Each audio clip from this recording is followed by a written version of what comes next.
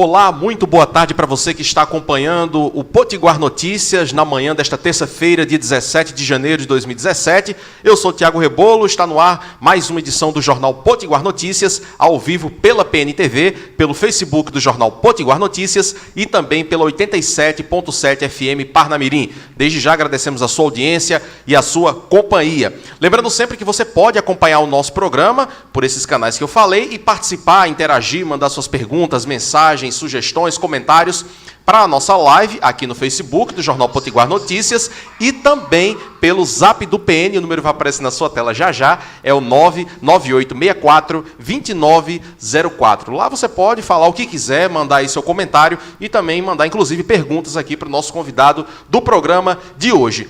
Mas antes de passar a bola para ele, já está aqui do nosso lado Freitas Júnior, que é porta-voz estadual da Rede Sustentabilidade. Antes de a gente falar com ele, cumprimentar aqui Cefas Carvalho, meu companheiro aqui no comando do programa hoje. Tudo bem, Cefas? Boa tarde. Boa tarde, Tiago Rebolo. Boa tarde, nosso entrevistado Freitas Júnior, com quem vamos conversar. E boa tarde a você, que mais uma vez está nos assistindo. Nós vamos conversar aqui sobre política, nós vamos conversar sobre Natal. Contudo, hoje de manhã, muita coisa está acontecendo em Alcaçuz. Nós vamos conversar um pouquinho sobre isso também. Informações que nos chegaram agora, nesse momento, tiros e bombas estão acontecendo lá, uma nova rebelião, fala-se em mortos, mas há muitos boatos no Zap e nas redes sociais. Nós já falamos aqui, Tiago, não acredite em tudo que você vê no Zap, que você lê nas redes sociais, contudo, está acontecendo um novo problema, uma nova rebelião em Alcaçuz. Você sempre fica informado no portal Potiguar Notícias, www.potiguarnoticias.com.br. Lá tem matérias novas. Robinson Faria, governador do estado, teve um encontro com o ministro da Justiça, enfim, tudo isso um pouco. Esse caos, Thiago, era um prenúncio de uma tragédia anunciada, né?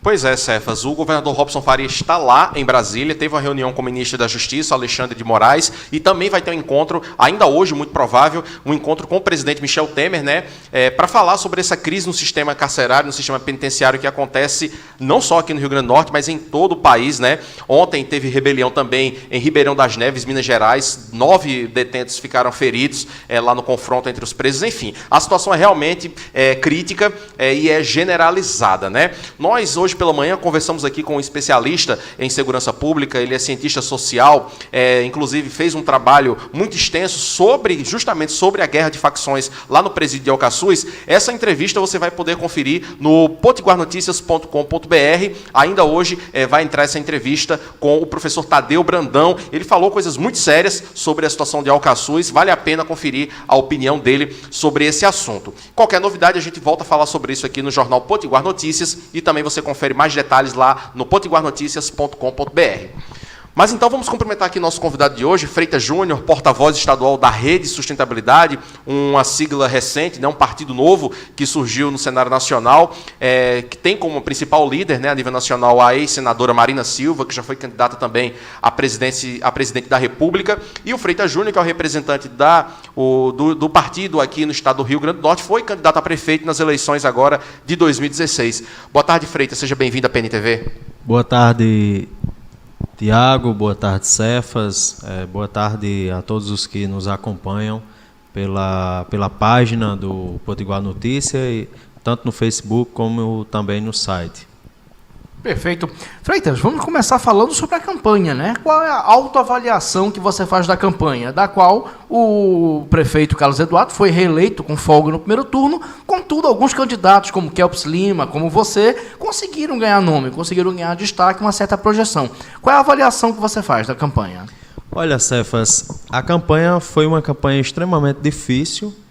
Depois da mudança realizada na legislação eleitoral, articulada por Eduardo Cunha e sancionada pela ex-presidente Dilma Rousseff, quando ainda estavam de conluio, retirou o tempo de televisão dos partidos ideológicos, dos partidos pequenos, retirou recursos de fundo partidário, de forma que inviabilizava a atuação desses partidos.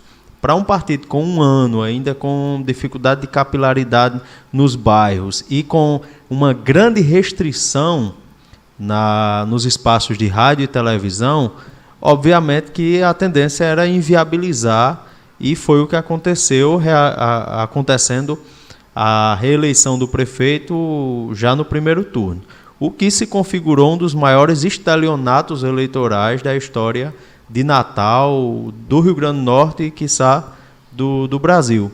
Porque o prefeito foi eleito prometendo que Natal tinha saído da crise, prometendo que o município de Natal estava com as suas contas equilibradas, que o funcionalismo permanecia em dia e que os serviços públicos estariam, até o final do ano, estariam melhorados.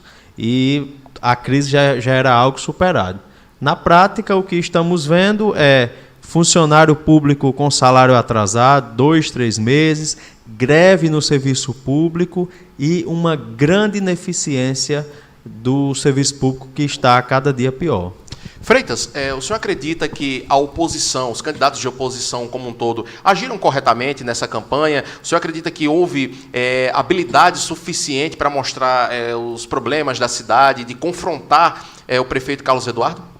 Não. Até mesmo porque a gente tinha um acordo de cavalheiro entre as 3 maiores candidaturas, e as 3 maiores candidaturas também ocupando deputado com indicação em secretaria, e obviamente que não tinha como você realizar uma campanha à altura do que a população de Natal necessita quando se tem esse tipo de acordo e de realidade na política local.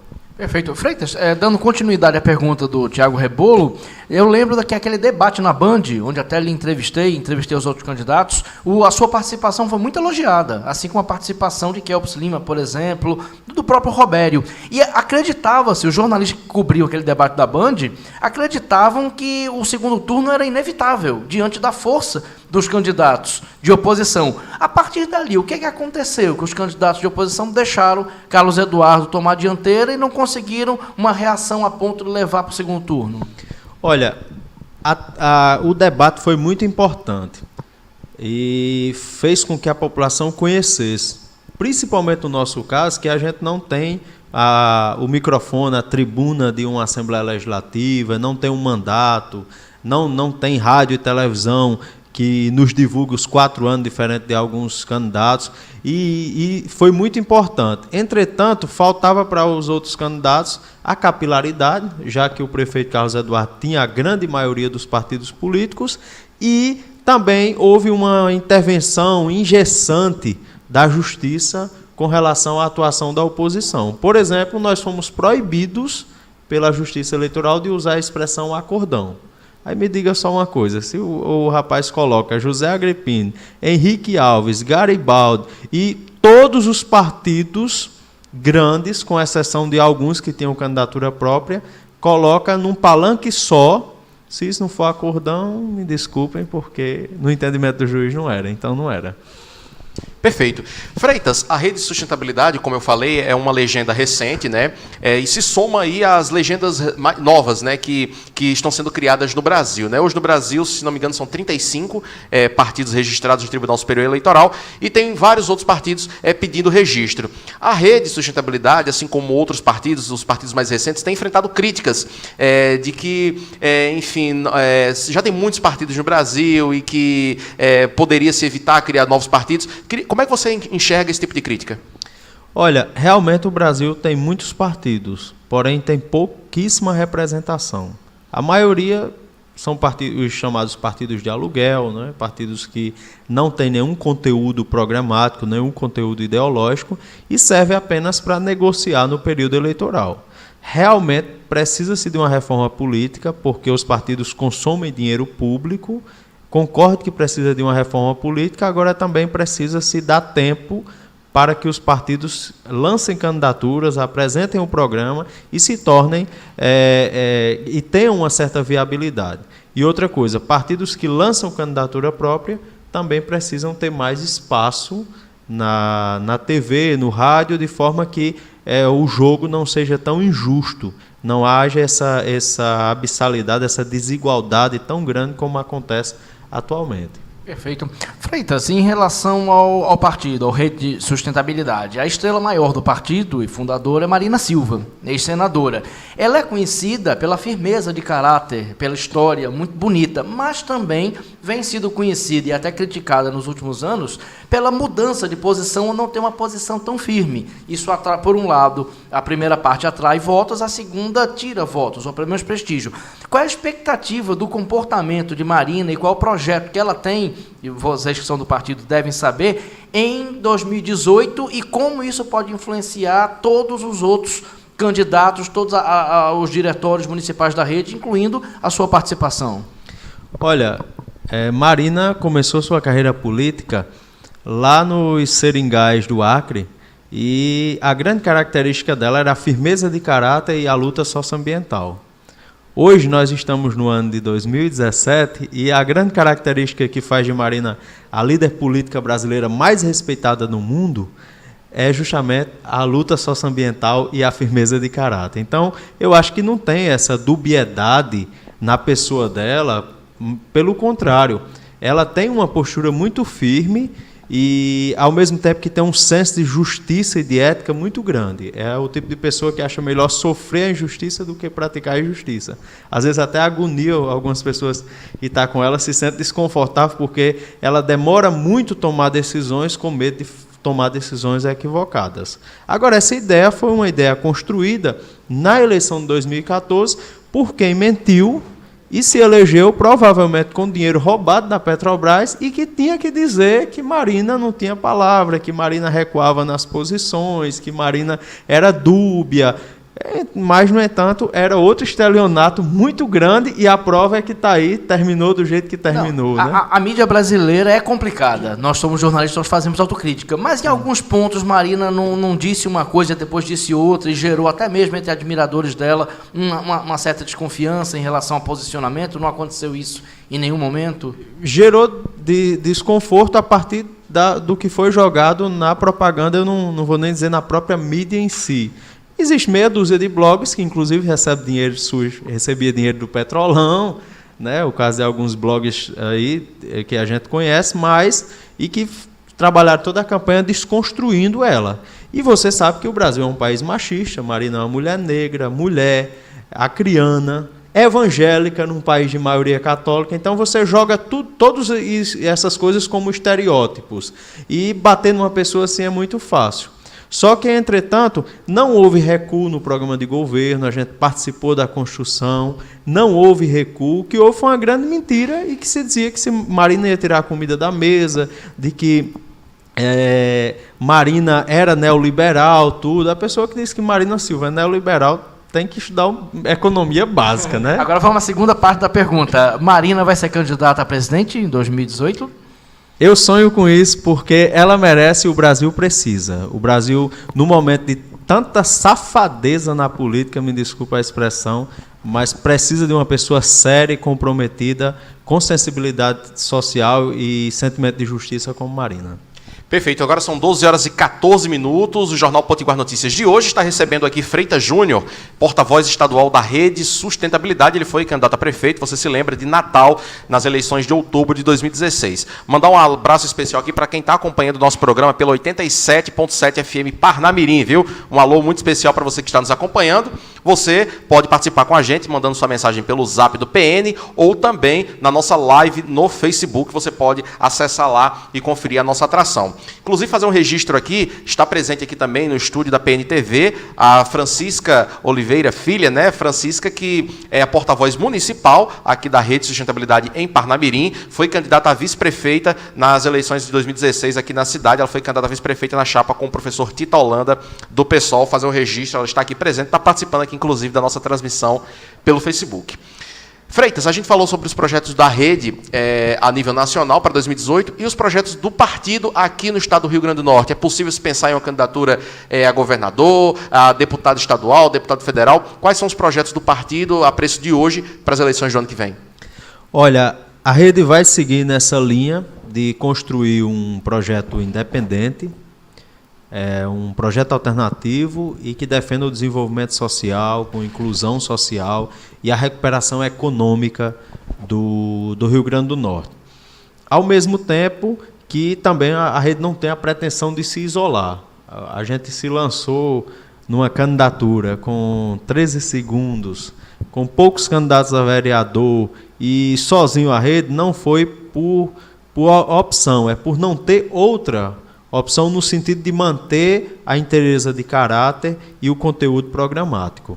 E pensando nisso, a gente vai retomar as discussões em torno de um programa de governo para o Rio Grande do Norte, discutir as nossas nominatas. Queremos sair aí com os 48 candidatos a deputado estadual, ao mesmo tempo que também a gente não pretende se isolar. A gente quer conversar com os outros partidos, quer ouvir os outros partidos, as forças vivas da sociedade, no sentido de construir uma alternativa. Freitas, e aí vem uma pergunta com base nessa sua resposta.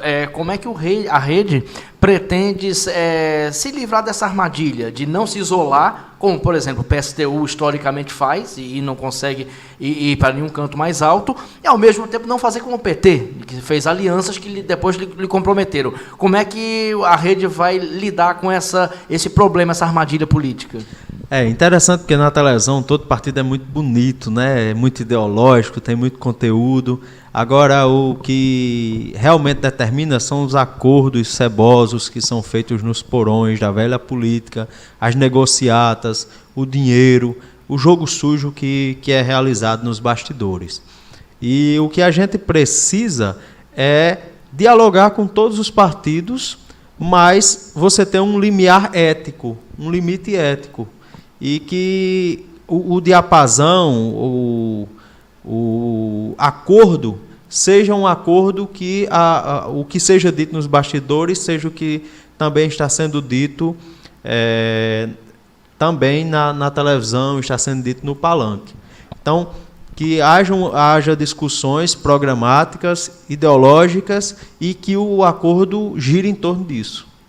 Então, a gente sabe que os partidos têm sua preocupação em ter os mandatos, em eleger, tudo bem. Agora é que isso não passe por cima dos valores éticos. Perfeito. Freitas, em relação a 2018 ainda, tendo em vista que o seu nome foi o nome candidato do partido à Prefeitura de Natal, que é a capital e cidade mais importante do Estado, o seu nome automaticamente desponta para tentar governo do Estado, ou quem sabe deputado federal, estadual? Já se fala nisso nominalmente, o senhor como candidato? A gente não teve essa discussão interna ainda e eu não estou na cadeira cativa de candidato.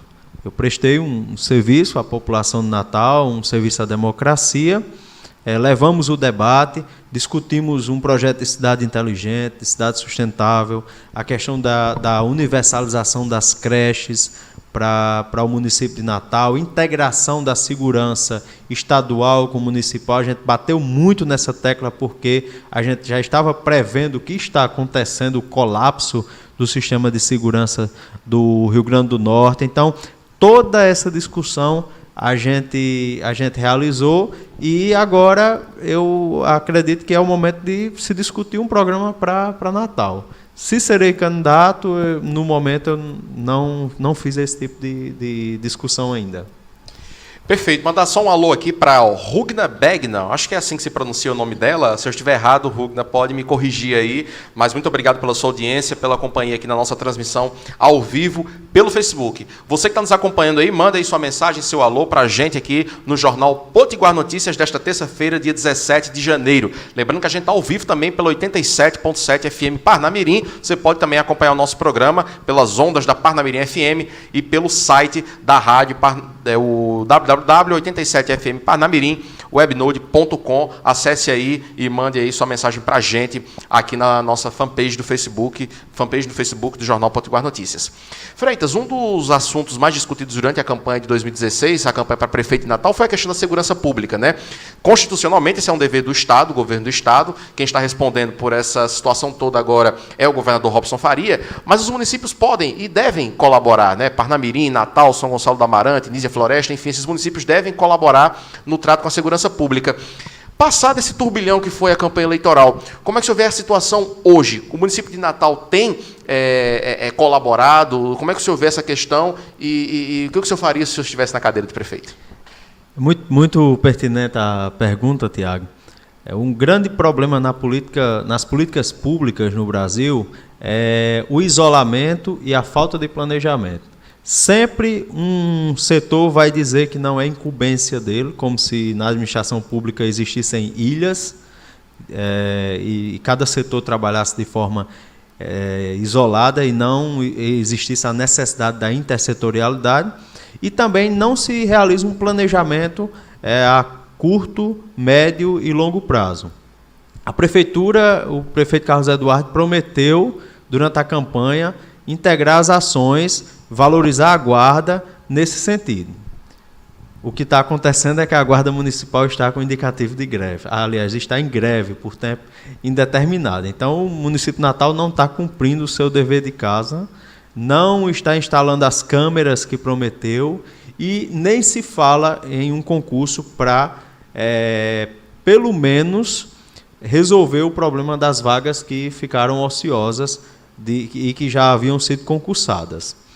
E essa questão se é dever do Estado, hoje, entre os estudiosos do direito, já levanta-se uma questão, se não seria o Estado enquanto governo e englobaria todas as instâncias. Até mesmo porque fronteira, hoje o conflito envolve as fronteiras com o Paraguai e com a Colômbia, Venezuela e Peru. E fronteira é responsabilidade do governo federal, que tem a Polícia Rodoviária Federal e a Polícia Federal.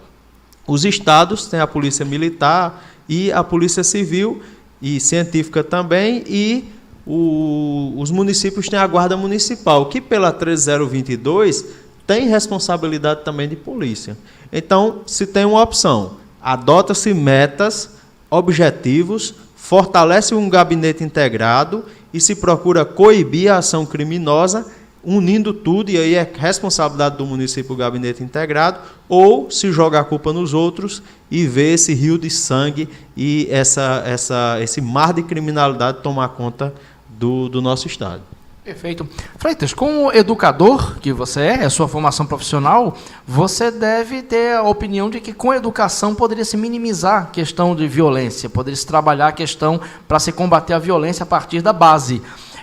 Nesse sentido, como você vê o sistema educacional da Prefeitura de Natal, da gestão Carlos Eduardo, e o que poderia ser feito para se trabalhar a educação de maneira a se evitar no futuro tragédias como essa de Alcaçuz? Olha, a gente tem que tomar cuidado para não entrar no senso comum e num discurso simplista, Cefas, porque a educação ela tem um papel para resolver essa situação. Agora vai ser uma coisa que vai demorar anos. Então, é uma coisa para 2, 3 décadas. E aí a gente vai começar a, de repente, até começar a discutir fechar presídio, como a gente já tem alguns exemplos na Europa. No entanto, para agora é necessário um processo de reestruturação das polícias, transformar em carreira de Estado, valorizar, adotar critérios de fiscalização e sindicância profunda para identificar e tem que retirar da rua, porque se o cabo é de peia, e como diziam os humanistas espanhóis, os pensadores humanistas espanhóis, se a pessoa é um criminoso, quanto mais ele tem que ser retirado para o bem da sociedade. Porque a quantidade de estuprador que a gente tem, a quantidade de violência contra a mulher no Rio Grande do Norte é uma coisa absurda. E essas informações simplesmente estão sendo jogadas para debaixo do tapete. O que está acontecendo no sistema carcerário, no sistema penal no Rio Grande do Norte, é uma vergonha. É uma vergonha, não é só para o Rio Grande do Norte, não. É para a humanidade. Alcaçuz é uma chaga viva já para a humanidade e não pode ser tratado da forma que está sendo tratado. E claro que a educação tem que se investir em educação, porque prisão é a última instância para se colocar um ser humano. Tem que ter educação de tempo integral, com a criança comendo as suas 4 refeições por dia, com acompanhamento de um nutricionista, bem alimentada, tendo seu sono reparador e estando protegida do tráfico de drogas e da violência sexual. Perfeito. E quando a gente fala educação como um leque completo, envolvendo a prática de esportes, envolvendo lazer, envolvendo cuidado, não é apenas a educação em relação a disciplinas. Nesse sentido, por exemplo, o prefeito de Nova York, nos anos 2000, Rudolph Giuliani, conseguiu reduzir bastante a criminalidade de Nova York, botando uma quadra de esportes monitorada em cada bairro. Então, poderia ser uma solução esse tipo de coisa, um trabalho global envolvendo esporte e lazer? Isso, até mesmo porque os espaços públicos hoje estão extremamente ociosos e a população tem medo de ocupar esses espaços por causa da violência. Quando você envolve a população nesses espaços, consequentemente significa que você vai ter mais gente na rua, vai coibir a ação criminosa e vai também fazer com que as crianças estejam ocupadas e estejam distantes das garras do tráfico. E aí é que entra, como eu volto a frisar, a questão da educação em tempo integral, porque aí o pai sabe onde o seu filho está. E aí você, pelo menos, e eu falo com propriedade, dentro de onde eu atuo, o caso dos adolescentes, eles estariam totalmente distantes da violência, do tráfico de drogas. Enquanto isso, sua mãe poderia trabalhar, estudar, não precisaria estar se submetendo à violência, porque ela poderia se emancipar, se empoderar enquanto mulher. E a gente está falando sobre a situação caótica lá na penitenciária de Alcaçuz, né? Mais cedo nós conversamos aqui com o especialista, professor Tadeu Brandão, que passou muito tempo lá na penitenciária de Alcaçuz estudando como funcionava a dinâmica, a rotina dos presos. E um ponto que ele chamou a atenção é que 90% dos detentos passam o tempo todo sem fazer nada, né? Só sentado dentro da cela, pensando em fazer maldade, né? Não tem o que fazer, não tem uma atividade educacional, uma atividade de cultura, de lazer, não pratica esportes, enfim. E esse trabalho poderia ser feito também nas prisões, né? Nas penitenciárias, infelizmente não é feito. Exatamente. O Código Penal de 1937, se não me engano, ainda no governo de Getúlio Vargas, prevê que nas prisões teriam cursos profissionalizantes e teriam também os espaços de lazer. O que a gente vê é totalmente essa situação que os presídios se tornaram espaços ociosos, os presos ficam lá sem uma estrutura humana mínima e tendo contato exterior, podendo utilizar celular e ter um contato externo e comandando o crime a partir do presídio. Lá ele pelo menos está protegido para comandar e fazer as suas ações criminosas. Cabe aí o Estado fazer essa discussão e refundar esses espaços, e aí entra a necessidade, inclusive, como a gente já tem algumas experiências no Brasil, de se ter empresas dentro dos presídios, porque a partir disso você dá condições humanas, de dignidade humana para o preso, e aquele que deseja se ressocializar vai ter essa oportunidade. Perfeito. Freitas Júnior, porta-voz da Rede Sustentabilidade aqui no estado do Rio Grande do Norte. Quero agradecer demais a sua participação aqui na PNTV, nesta terça-feira. Quero dizer que você já está convidado mais vezes para retornar aqui no programa para a gente tratar desses e de vários outros temas. Muito obrigado a você, Cefas, a Tiago, e um abraço a todos os que nos acompanharam. Maravilha, obrigado Freitas Júnior. Cefas Carvalho, obrigado também comigo aqui no comando do programa Jornal Potiguar Notícias desta terça-feira, dia 17 de janeiro. Lembrando sempre que você pode acompanhar o nosso programa, olha, não tem desculpa para você não acompanhar o Jornal Potiguar Notícias. Você pode acompanhar pela PNTV, no endereço pntv.com.br, pelo portal de notícias do Rio Grande do Norte, está aparecendo aqui na sua tela embaixo, potiguarnoticias.com.br, pelo Facebook do Jornal Potiguar Notícias, na nossa live, transmissão ao vivo, e também pelo 87.7 FM Parnamirim. Então, você não tem desculpas para não acompanhar, né? E também interagir com a gente. Aproveite aí que você está navegando, mande um alô para a gente no zap do PN, você manda um alô para a gente e imediatamente você passa a se cadastrar no nosso serviço que leva a notícia até você. Novidades, notícias urgentes, você vai receber diretamente no seu WhatsApp. Jornal Potiguar Notícias termina por aqui. A você um grande abraço. Nós voltamos amanhã, quarta-feira, ao meio-dia. Um abraço e até lá.